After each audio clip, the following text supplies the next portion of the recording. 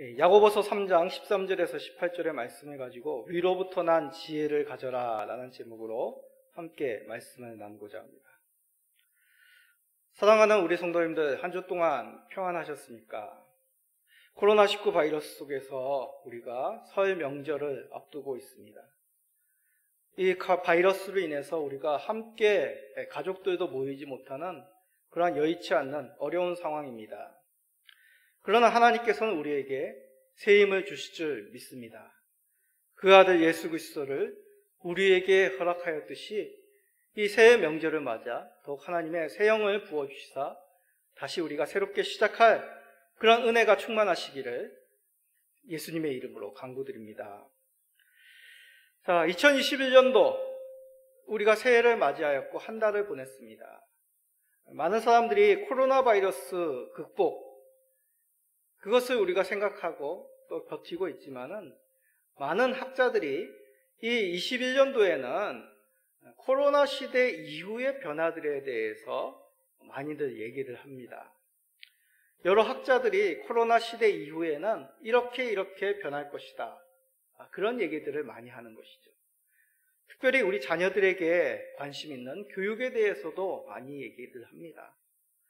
코로나 시대 이후의 교육은 단지 지식의 습득만이 아니라 생각하고 추론하고 이성을 키우는 교육이 필요하다고 말합니다. 복잡해지고 접해보지 못한 여러 상황들이 열리기 때문에 그런 것이죠. 이런 변화들을 단지 천편일률적인 지식만으로 극복할 수 있는 것이 아니라 정보를 분석하고 추론하고 생각할 수 있는 그런 능력이 필요한 시대라는 말입니다. 그러면서 제시하는 것이 바로 독서였습니다. 독서를 통해서 지식을 습득함만이 아니라 그 내용들을 생각하고 사고하고 연합하고 추론할 수 있는 그런 생각의 힘을 키워야 된다라고 학자들이 말합니다. 그럼 우리 그리스도인들은 이 코로나 시대 이후의 그 변화들을 맞이하여서 어떤 준비를 해야 되겠습니까? 우리가 새해 야고보서 말씀을 살펴보는 이유도 이와 같은 내용을 우리가 담고 있습니다. 믿음이 무엇인가, 그것을 넘어서 어떻게 믿음의 열매를 우리의 삶 속에서 맺게 하는가, 그 내용은 코로나로 인해서 변해되는 그리고 혼란한 시대에 반드시 우리 성도들이 가져야 될 믿음의 열매인 것이죠. 대규모적인 이 전염병으로 인해서 우리의 일상이 무너졌습니다. 그런 가운데서도 우리 성도님들이 혼란스럽고 세상의 풍조에 휩싸이기 마련인 것이죠. 그 속에서 우리가 믿음으로 이겨나가는 것, 바로 믿음이 무엇인가를 넘어서 믿음을 우리의 삶 속에서 어떻게 열매를 맺어가는가, 믿음의 연단이 이 코로나 시대 이후에 있음을 우리는 반드시 기억해야 된다는 것입니다. 우리가 그런 답을 찾기 위해서 우리가 말씀을 살펴야 됩니다. 말씀을 통해 그 부족한 부분을 채워나가기 위하여 우리는 새해의 야고보서 말씀을 살피는 것이죠. 우리 그리스도인들에게 지혜가 무엇이겠습니까? 바로 우리들의 경험, 어떤 우리들의 얕은 지식, 그런 것이 아니라 바로 하나님의 말씀이 지혜임을, 하나님이 바로 우리의 지혜임을 우리는 깨달아야 됩니다. 하나님의 말씀의 원리를 바르게 이해하는 것이 참된 지혜로운 것이죠. 이는 성경에 대한 어떤 단편적인 지식, 성경을 암송하고 단어적인 의미, 물론 그런 것도 중요합니다. 기본적으로 하나님의 말씀을 알기 위해서는 필요한 것이죠. 그러나 단지 말씀의 단편적인 정보가 아니라 말씀이 의미하는 참된 의미, 그 의미를 나의 것으로, 나의 심령에 새겨나가는 것이 그 말씀을, 그 하나님의 지혜를 알아가는 것입니다. 이것은 머리가 좋아야 되는 것이 아니라 하나님의 영으로 말미암아 깨달아야 되는 것이죠.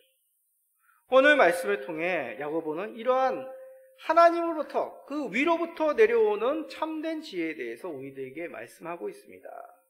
우리 성도님들도 코로나 바이러스 이후 그런 여러 가지 혼란스러운 시대 속에서 믿음으로 살아갈 참된 지혜를 오늘 말씀을 통해 깨닫기를 예수 그리스도의 이름으로 간절히 축원드립니다. 자, 먼저 우리 야고보를 통해 말씀하시기를 우리 믿음의 공동체 가운데 지혜가 있다고 한다면 행함으로 그 지혜를 나타내라고 하십니다. 다시 말해 참된 지혜란 행함으로 나타나야 됩니다. 자, 우리 성도님들 한번 따라해 볼까요? 지혜는 행함으로 나타내야 됩니다. 자, 야고보서 3장 13절 말씀입니다. 너희 중에 지혜와 총명이 있는 자가 누구냐? 그는 선행으로 말미암아 지혜의 온유함으로 그 행함을 보일지니라. 자, 우리가 이 말씀을 읽는다면 약간 좀 책망적인, 좀 이렇게 어떤 강조하고 있는 그런 느낌을 우리가 받게 됩니다. 이 의미를 살피려면 우리가 야고보서 첫 시간에 살펴보았던 이 야고보라는 사람이 어떤 사람인가, 그 내용을 다시 한번 우리가 떠올려야 됩니다. 이 야고보는 예수님의 육신의 동생이었죠. 그 당시 초대교회 예루살렘 교회의 지도자 중에 한 명이었습니다. 이 예루살렘 교회가 어떤 교회였습니까? 대부분 유대교회에서 개종한, 정통 유대교회에서 그 개종한 사람들이 대부분 예루살렘 교회 성도들이었습니다. 그렇게 이 사람은 태어날 때부터 하나님의 말씀, 율법에 대한 지식이 다른 이방인들과는 다르게, 남다르게 알았던 것이죠. 각자 나름대로 하나님의 말씀에 대한 지식이 있다고 이 예루살렘 교회 성도들은 자부하였습니다. 그러나 참된 믿음, 성경적인 지식과 비례한 것은 아니죠. 물론 성경적인 지식이 필요하지만은 결국 이 참된 믿음은 그 성경을 얼마나 많이 지식적으로 아느냐, 그것이 꼭 그렇게 같다고 말하기는 어려운 것입니다. 그러기에 야고보를 통해 하나님께서는 참된 지혜를 가졌다고 말한다면 그 지혜를 선행으로 말미암아 온유함으로 보리라 라고 말씀합니다. 보이라라는 뜻은 입증하라라는 것입니다. 행함으로 말미암아 그걸 눈으로 볼 수 있도록 입증해 보아라, 그런 뜻입니다. 그런데 그 행함이 성행과 온유함으로 나타나라고 말씀합니다. 이게 무슨 뜻일까요? 지혜란 것을 선행과 온유함으로 눈에 보이도록 입증해 보아라, 그 뜻이란 얘기죠. 자, 우리가 세상에서도 지혜를 많이들 얘기합니다. 우리 자녀들도 어릴 적부터 지혜에 대한 얘기를 많이 들었을 것입니다. 어디서 많이 들었을까요? 동화책이죠.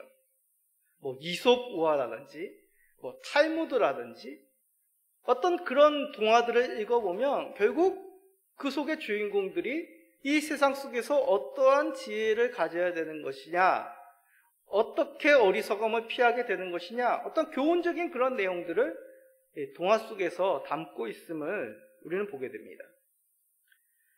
세상에서 지혜란 것은 남들이 알지 못하는 것을 깨닫거나 어떤 우리가 미리 닥칠 일들을 미리 준비하는 것, 그런 것들이 지혜로운 모습이다라고들 많이들 얘기하죠. 그러나 성경에서 말하는 지혜는 조금 다릅니다. 성경에서 말하는 것은 결국 하나님, 그 하나님의 뜻을 아는 것, 하나님의 말씀을 깨닫는 것이 바로 지혜라고 얘기하는 것이죠.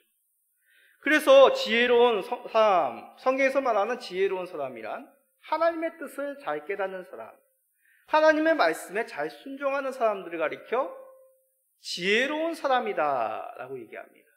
그러니까 세상에서 말하는 지혜와는 조금 다르죠. 구약의 대표적인 지혜로운 사람, 이 사람을 통해서 우리는 그 지혜롭다, 지혜가 무엇인지를, 그 의미를 깨닫게 됩니다. 우리 성도님들은 누가 먼저 떠오르십니까? 구약 성경 가운데 가장 지혜로운 사람, 바로 솔로몬 왕입니다. 역대하 2장 12절입니다. 후람이 또 이르되 천지를 지으신 이스라엘의 하나님 여호와는 송축을 받으실지로다. 다윗 왕에게 지혜로운 아들을 주시고 명철과 총명을 주시사 능히 여호와를 위하여 성전을 건축하고 자기 왕위를 위하여 궁궐을 건축하게 하시도다. 자, 이 말씀을 통해서 성경에서 말하는 지혜란 무엇인지를 우리가 쉽게 이해할 수 있습니다. 자, 이 말씀을 보면 후람이라는 사람이 나옵니다. 이 후람이라는 사람은 이스라엘 왕국의 옆에 보면 드로 왕국이라고 있었는데 그 드로 왕국의 왕입니다. 이 드로 왕 후람이 솔로몬의 지혜로움을 찬양하는 내용입니다. 근데 그 내용을 우리가 살펴보면 이런 겁니다. 하나님께서 솔로몬에게 지혜를 주셔서 하나님을 위한 성전을 건축하고 궁궐을 건축하게 하였다라는 내용이죠. 자, 이 내용만 보면 주변 이웃나라 왕이 그냥 솔로몬의 지혜로움을 찬양한 것이라고 이해됩니다. 그런데 그 지혜로움이 뭐냐? 바로 성전을 건축하고 또 궁궐을 건축했다라는 것이죠. 단지 건축을 잘했다. 큰 건물을 짓는 것을 완성했다. 그렇게 우리가 이해할 수 있습니다. 그런데 여기서 얘기하는 그 후람이 찬양하는 내용이 무엇이냐면 그 의미는 바로 하나님을 경배할 그 중심과 하나님의 백성을 다스릴 그 중심을 세웠다라는 것입니다. 다시 말해 이스라엘이 하나님께 경배하고 또 하나님의 백성인 이스라엘을 다스릴 수 있도록 하나님이 그 이스라엘을 다스리고 계심을 잘 나타낼 수 있는 그러한 중심을 세웠다는 것이죠.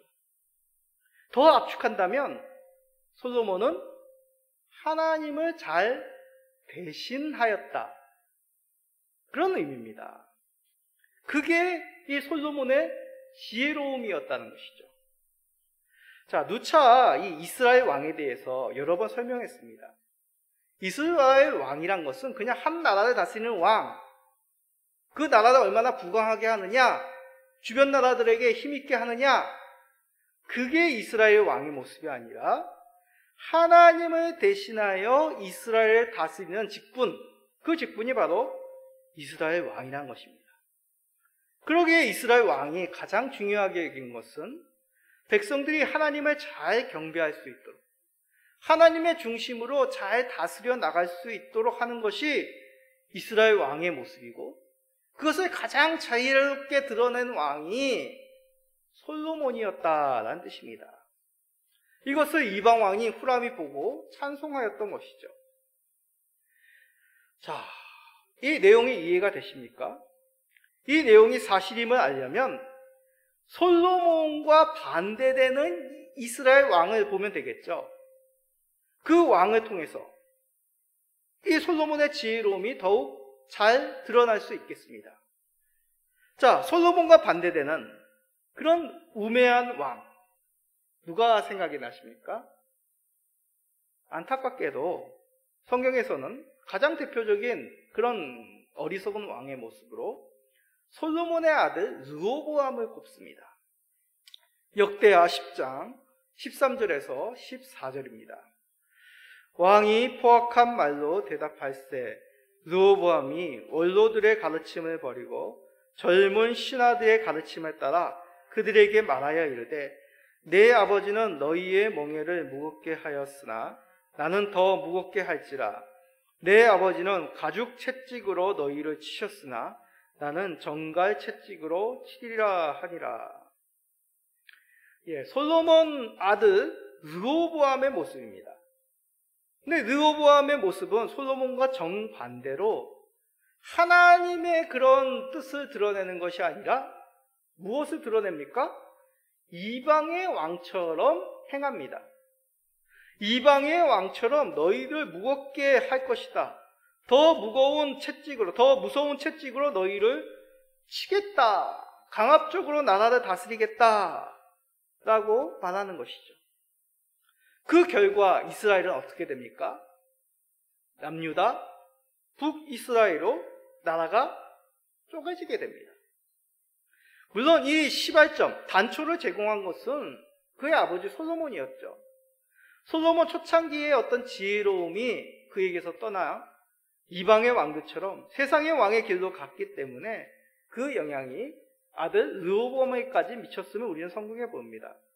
그러나 직접적인 분열 왕국의 시작은 그의 아들 르호보암의 어리석음으로 말미암아 시작되었음을 우리는 발견하게 됩니다. 성경의 어리석음이란 똑똑하지 않다, 그런 의미가 아닙니다. 하나님의 뜻, 하나님의 말씀에서 벗어난 모습이 바로 어리석음이다 라고 말하는 것이죠. 솔로몬과 르호보암의 모습을 통해서 지혜란 하나님의 뜻에 순종하는 것, 말씀의 원리에 살아가는 것이 지혜로운 자의 모습이란 것을 깨닫게 됩니다. 그러기에 지혜를 행함으로 보이라는 말씀이 우리가 깊이 이해가 되는 것이죠. 지혜는 단지 무엇인가 안다라는 것이 아니라 그 아는 것, 그 하나님의 말씀의 참된 원리를 삶 속에 열매 맺는 것이 지혜롭다라고 말하는 것이죠.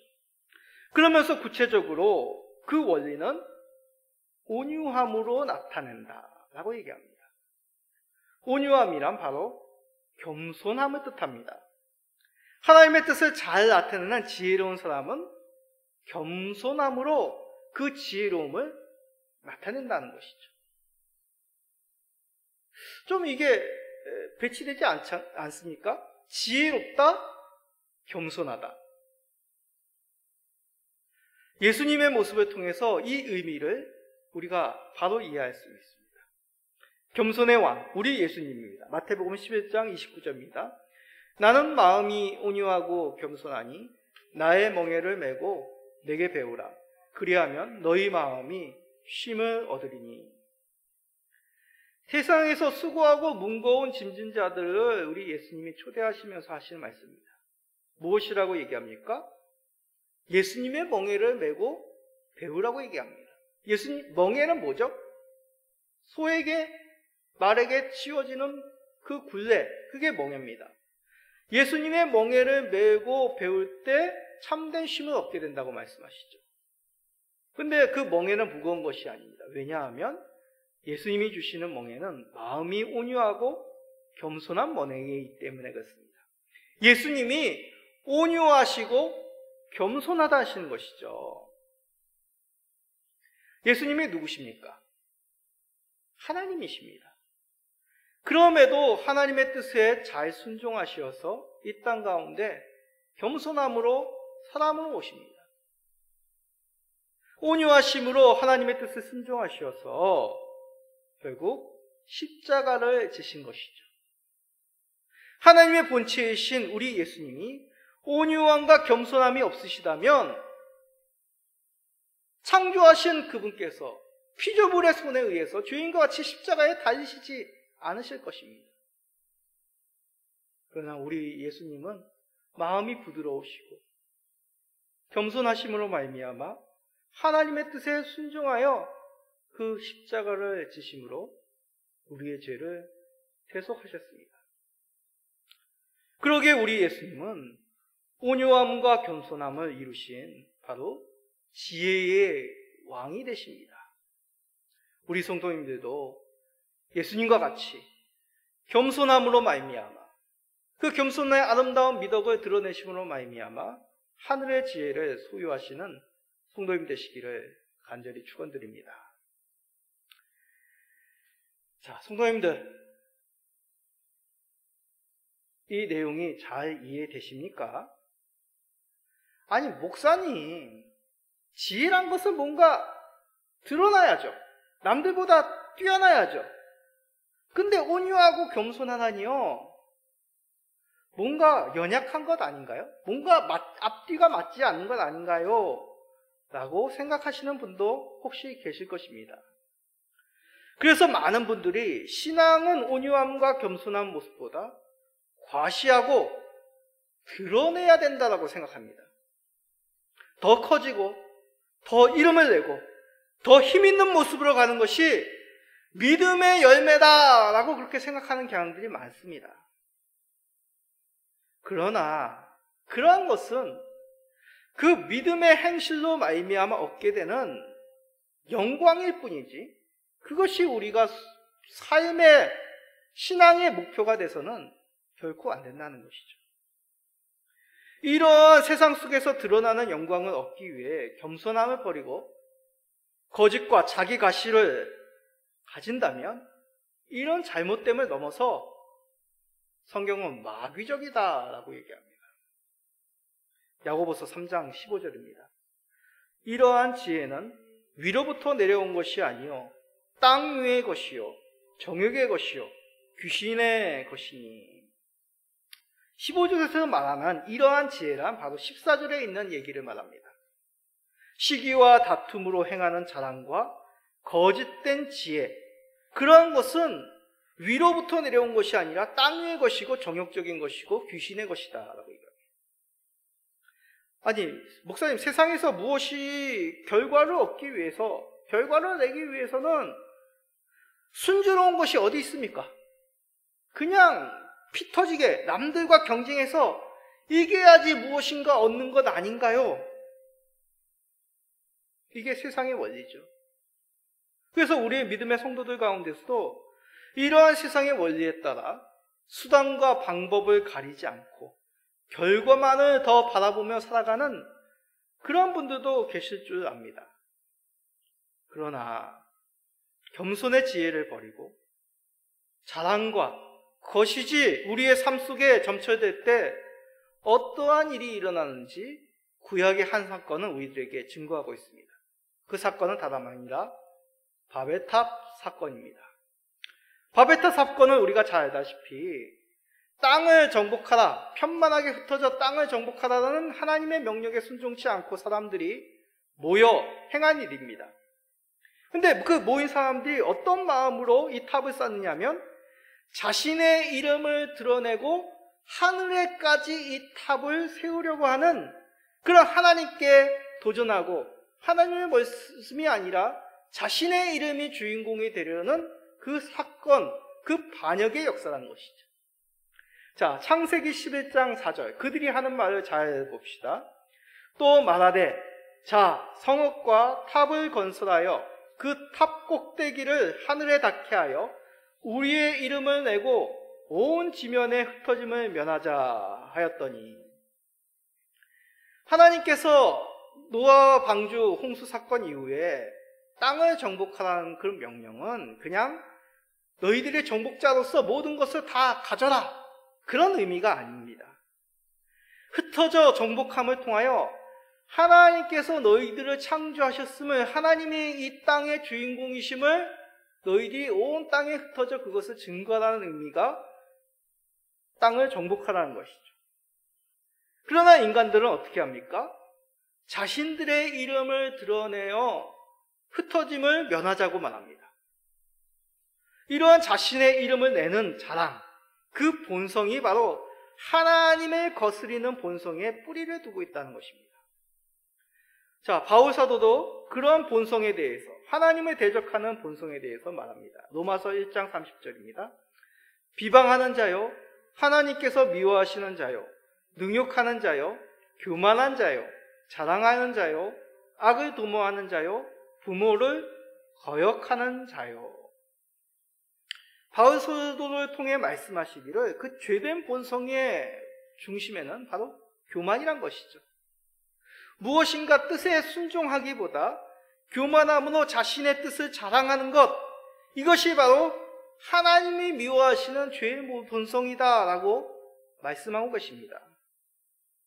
그러기에 성경에서 말하는 교만이란 것은 단지 내가 남들보다 더 많이 알고 있다, 그것이 교만이 아니라 자신이 주인공이 되는, 자신의 이름이 높아지려 하는 그 교만함, 자랑함이 바로 교만함의 모습이다라고 말하는 것이죠.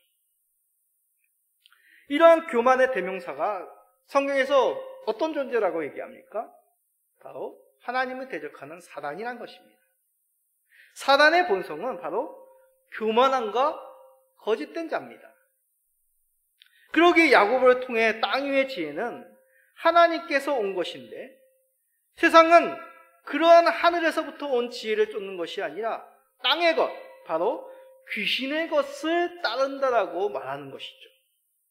하늘의 지혜가 겸손함이라면 땅 위의 것은 사단의 것으로 교만함의 모습이다라고 성경은 말씀합니다. 자, 교만한 사람과 교만한 사람이 만나면 어떤 일이 일어날까요? 앞에서 바베탑 사건을 들어 생각해 보십시다. 모인 사람들이 흩어짐을 면하여 흩어지지 말고 모이자. 근데 모여서 우리가 뭘 할 것이냐? 탑을 쌓아서 하늘에까지 그 탑을 쌓고 우리의 이름을 내자. 그런 생각을 가진 사람들이 수만 명이 모였다고 생각해 보십시오. 자신의 이름을 내고 싶은 사람 수만 명이 모였습니다. 그러면 이런 사람들이 모여 같은 일을 협력하여 잘 이룰 수 있을까요? 평화롭게 이 탑을 성공적으로 쌓을 수 있을지 생각해 보세요. 자, 저희 가족의 예를 들어볼게요. 저희 가족이 4명입니다. 근데 4명이 모여서 뭘 먹으려고 할 때 만약 이 4명 각자 먹고 싶은 메뉴를 주장하면 과연 같이 식사를 할 수 있겠습니까? 각자가 바라는 것을 주장하는 4명만 모여도 혼란한데 자신의 이름을 내려는 수만 명이 모여 탑을 쌓는다면 온전히 세우기가 힘든 것이죠. 하나님께서 그들의 언어를 혼잡게 하심으로 그들의 교만함의 결과가 무엇인지를 바벨탑 사건을 통해 우리는 깨닫게 됩니다. 결코 화합하지 못하고 탑을 쌓지 못하고 파괴되어 흩어지게 됩니다. 야고보를 통해서도 동일한 말씀을 우리들에게 가르치십니다. 야고보서 3장 16절입니다. 시기와 다툼이 있는 곳에는 혼란과 모든 악한 일이 있음이라. 아멘.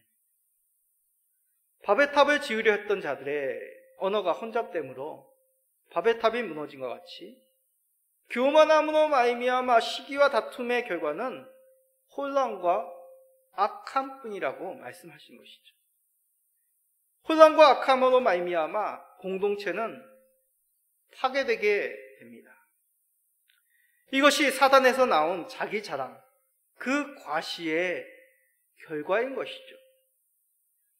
결코 이런 것은 참된 지혜가 될 수 없습니다.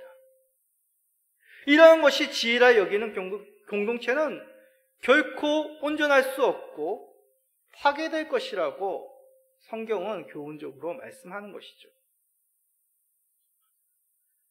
이러한 모습이 잘 생길 수 있는 공동체가 어디 있겠습니까? 대표적으로 성경은 너희들, 바로 믿음의 공동체가 그럴 수 있다는 그러한 위험한 경고를 우리들에게 말씀하시는 것이죠.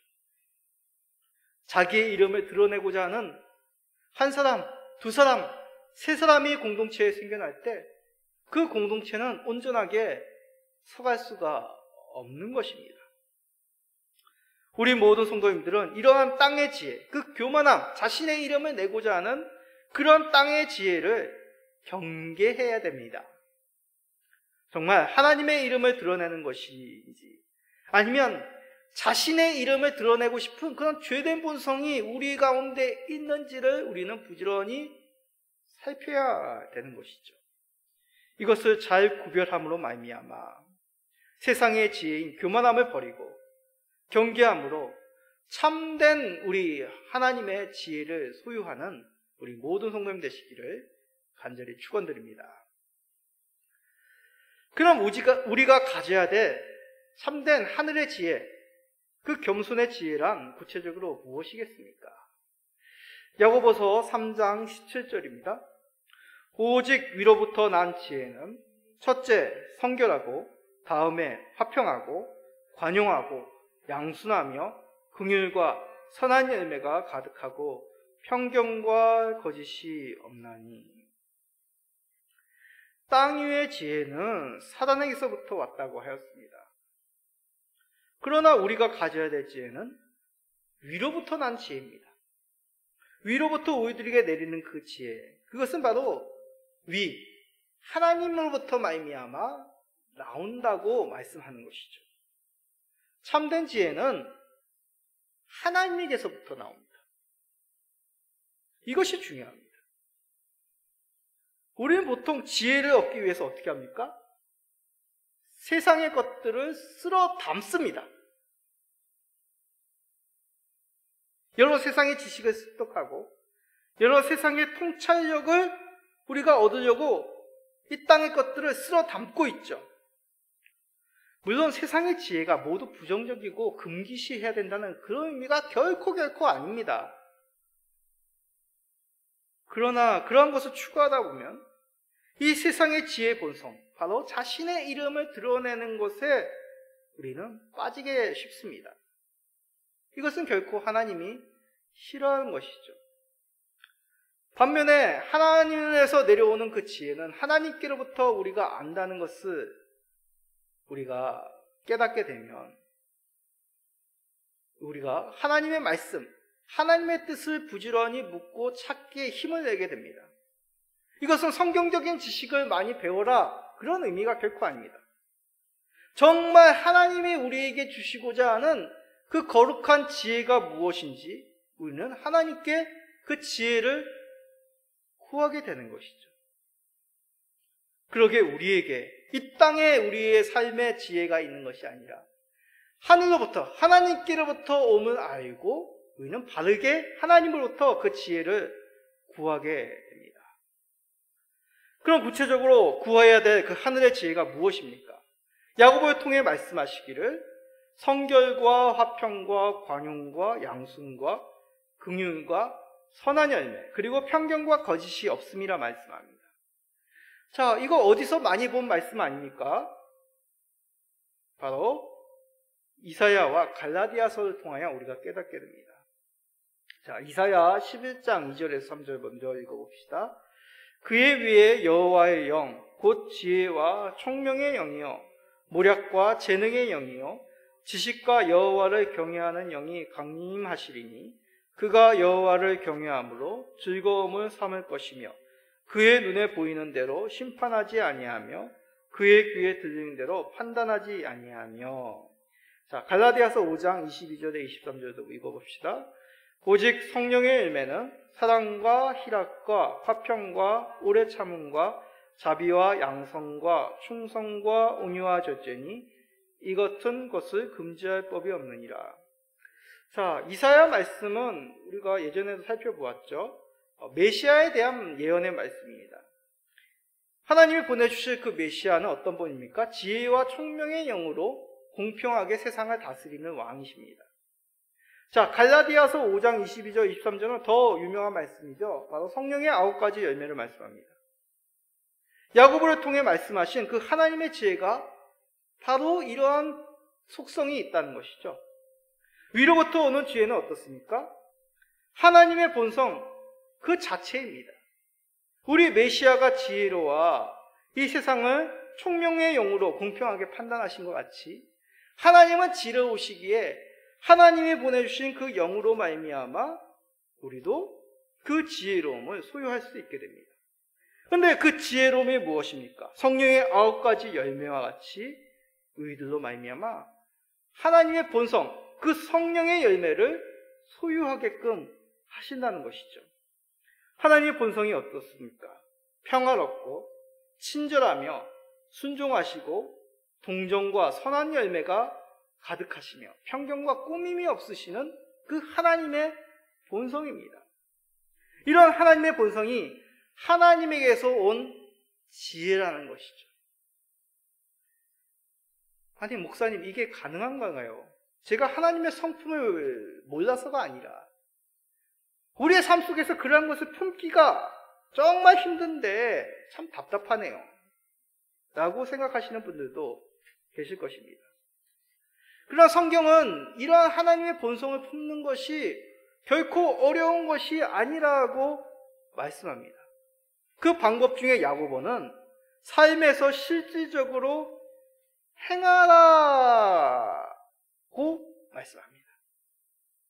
그 행하는 실질적인 하나님의 본성을 우리의 삶 속에서 행하는 것, 그것이 바로 화평의 삶이다라고 얘기합니다. 화평의 삶. 화평은 단지 좋은 것이 좋은 것이다 라는 그런 의미가 아닙니다. 자신의 것을 주장하기보다 하나님의 넉넉하심으로 관용함으로 이웃을 대하는 것이 바로 양보하는 모습, 화평의 모습인 것이죠. 나에게는 하나님이 계시니 내 삶이 넉넉함으로 당신에게 너그러움과 그 자비를, 그 너그러움과 풍요로움을 허락할 수 있습니다. 라는 것이 바로 하나님의 지혜, 하나님의 성품을 우리가 이웃에게 행할 수 있는 그런 화평의 삶인 것이죠. 그리하여 성경은 할 수 있거든 모든 사람과 화목하라고 말씀하십니다. 로마서 12장 18절입니다. 할 수 있거든 너희로서는 모든 사람과 더불어 화목하라.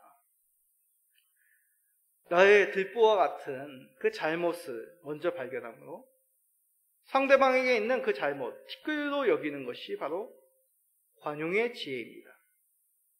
이것이 하나님이 야고보를 통해 말씀하시는 위로부터 난 지혜인 것이죠. 자, 이 말씀을 한번 우리가 속해 있는 공동체에 한번 적용해 봅시다. 나의 가족, 내 친구들, 내가 속해 있는 직장, 주의 몸동체 교회. 참 이것을 적용하기가 쉽지가 않습니다. 우리 자녀들에게, 남편에게, 아내에게, 친구들에게, 직장 동료에게 화목하는 것이 결코 쉽지가 않습니다. 그런데 생각해 봅시다. 하나님께서는 우리와 화목하시기 위하여 예수 그리스도를 보내주셨습니다. 하나님의 아들 우리 예수 그리스도의 값진 피로 말미암아 하나님과 원수되었던 우리들이 화목하게 되었습니다. 이것이 바로 하나님이 우리에게 이루신 화목의 의이신 것이죠. 그런데 우리는 나에 가까운 사람 하나 화목하기 참 힘들어하고 주저하고 두려워합니다. 왜겠습니까? 아직까지 우리는 하나님이 우리에게 주신 그 화목의 지혜를, 그 은혜가 무엇인지를 잘 깨닫지 못하고 있다는 의미입니다. 그런 나에게 예수님은 분명하게 경고하십니다. 마태복음 18장 32절에서 33절입니다. 이에 주인이 그를 불러다가 말하되 악한 종아, 내가 빌기에 내가 내 빛을 전부 탕감하여 주었거늘 내가 너를 불쌍히 여긴 것 같이 너도 내 동료를 불쌍히 여김이 마땅하지 아니하냐 하고, 1만 달란트 탕감받은 그 악한 종에 대한 비유죠. 친구 동관이 작게 빚은 그 빚도 연기해 주지 못하는 그런 이 악한 종에게 뭐라고 얘기합니까? 너는 나로부터 큰 빚을 탕감받았는데 내 동관, 내 친구 하나도 불쌍히 여기지 못하냐? 우리는 이 동관과 같이, 이 악한 종과 같이 이웃에게 관용하며 화평하기를 싫어합니다. 예수님이 함께 계심을 망각하고 내가 주인 행세를 하기 때문에 그런 것이죠. 그런 우리들에게 분명히 우리 예수님은 경고하십니다. 악한 종아! 이것이 아니라면 우리는 예수님의 이름으로 겸손해야 됩니다. 예수님이 우리 삶의 주인이 되시도록 우리 힘을 좀 우리의 삶 속에서 빼는 그런 행함이 있어야 되는 것이죠. 오직 하나님의 지혜인 온유함과 그 겸손함을 우리의 삶의 미덕으로 품어야겠습니다. 그러므로 위로부터 난 지혜를 소유하시는 우리 모든 성도님 되시기를 예수 그리스도의 이름으로 간절히 축원드립니다. 아멘.